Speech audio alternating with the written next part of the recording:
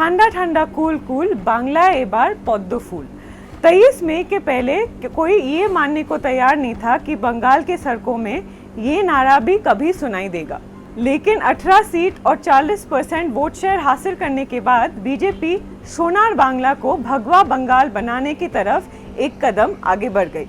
इसके बाद पार्टी का बंगाल में बस एक ही एजेंडा है, 2021 का विधानसभा चुनाव। 2016 के विधानसभा चुनाव में दीदी की तृणमूल कांग्रेस 292 सीट में से 211 सीट हासिल करके एक बार फिर से सत्ता में आई थी।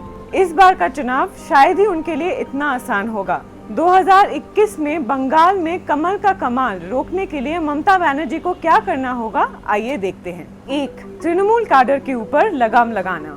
बीजेपी के इस चुनाव में सबसे बड़ी उपलब्धि ये थी कि उन्होंने ग्रामीण बंगला में बहुत अच्छा प्रदर्शन किया।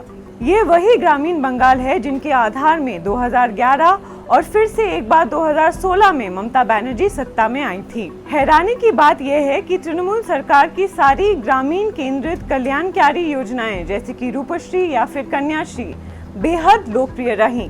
तो फिर ग्रामीण बंगाल में ये धक्का क्यों लगा? जमीन पर ऐसा लग रहा है कि जनता को तृणमूल के लोकल लीडर्स और बाहुबलियों का खुलेआम हिंसा और भ्रष्टाचार करना और उसके बाद पुलिस और प्रशासन का वहां से नजर हटा लेना रास नहीं आया। इसका सबसे बड़ा उदाहरण है 2018 का पंचायत इलेक्शन, जिसमें 50 लोगों की मौत हुई और 34% सीटें तृणमूल कांग्रेस निर्विरोध जीत गई। 2. पाहाड़ हासছে জঙ্গলমহল हासছে किंतु रिजल्ट देखे मने হয় दीदीर ओपरेई हासছে। काफी कोशिशों के बावजूद पहाड़ बंगाल का भरोसा अभी भी नहीं जीत पाई तृणमूल कांग्रेस। गोरखालैंड के अंडर करंट को सरकार दबा नहीं पाई और सन्स ऑफ द सॉइल को सरकार में जगह देने की बात भी लोगों में नहीं जमी। ऊपर से बीजेपी का एनआरसी पे रुख और उनका ये कहना कि ममता घुसपैठियों को आश्रय दे रही है, ये आरोप कूच बिहार जैसे बॉर्डर जिलों में काम कर गई। वही अलीपुरद्वार और जलपाईगुड़ी जैसे जगहों में चाय बागानों में काम करने वाली 40% इलेक्टोरेट है। वो भी अपनी मजदूरी और भूमि अधिकार से जुड़ी मांगे ना पूरी होने पर सरकार से नाराज हैं। इस चुनाव में टीएमसी कुछ सीटें दक्षिण बंगाल में भी हारी हैं। तो एक बात साफ है कि उत्तरी बंगाल के अलावा 2021 का चुनाव नहीं जीता जा सकता। अगर जंगल महल की बात करें तो टीएमसी की हार का एक बड़ा कारण है आरएसएस। आदिवासी इलाकों में बीजेपी और आरएसएस ने अपना विस्तार करने के लिए काफी काम किया है। आरएसएस ने इन इलाकों में काफी स्कूल खोले हैं और सामाजिक काम भी किया है। चुनाव नतीजों से ये लग रहा है कि तृणमूल शायद आरएसएस की पहुंच का सही अनुमान नहीं लगा पाई। काडर में फूट। टीएमसी कार्यकर्ताओं में फूट भी पार्टी को हुए नुकसान की वजह मानी जा रही है, खास करके आदिवासी इलाकों में। यहाँ पे कई कार्यकर्ता प्रचार तो तृणमूल के लिए कर रहे थे, लेकिन वोट बीजेपी को दिला रहे थे। रानाघाट और बालूरघाट जैसे सीटों में सही उम्मीदवार ना मिलने पर खफा तृणमूल कार्यकर्ताओं ने अपनी ही पार्टी के खिलाफ काम किया।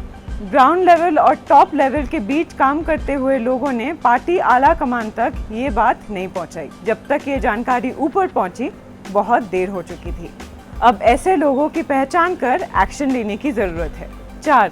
माइनॉरिटी अपीजमेंट का टैग पीछे छोड़ना। बंगाल में रामनवमी से किसको फर्क पड़ता है, पूछा था कोलकाता के भद्रलोक ने। रिजल्ट के बाद पता चल गया कि कोलकाता के बाहर सबको फर्क पड़ता है। इसका सबूत यही है कि हुगली, बैरकपुर, आसनसोल और बर्धमान दुर्गापुर जैसे सीटों में बीजेपी ने अपना झंडा गाड़ दिया। साउथ बंगाल के बाकी काफी सारी सीटों में भी बीजेपी ने टीएमसी को कांटे की टक्कर दी। बीजेपी ने जो ममता की हिंदू विरोधी, दुर्गा पूजा विरोधी और राम विरोधी छवि बनाई थी, उसने इन इलाकों में हिंदू वोटर्स पर काफी असर किया और ममता ऐसी लड़ाई के लिए तैयार नहीं दिखी। हालांकि रैलियों में मंत्र जाप करके उन्होंने हिंदू वोटर्स को लुभाने की भरपूर कोशिश की। दीदी को अभी अपना पूरा फोकस हिंदू वोटर्स को अपनी तरफ खींचने में करना होगा। मुस्लिम वोट बैंक को बचाते हुए वो ये कैसे करेंगी, वो देखना दिलचस्प होगा। फिलहाल तो बस इतना ही पता है कि ये बंगाल में पॉलिटिकल तमाशे की शुरुआत है।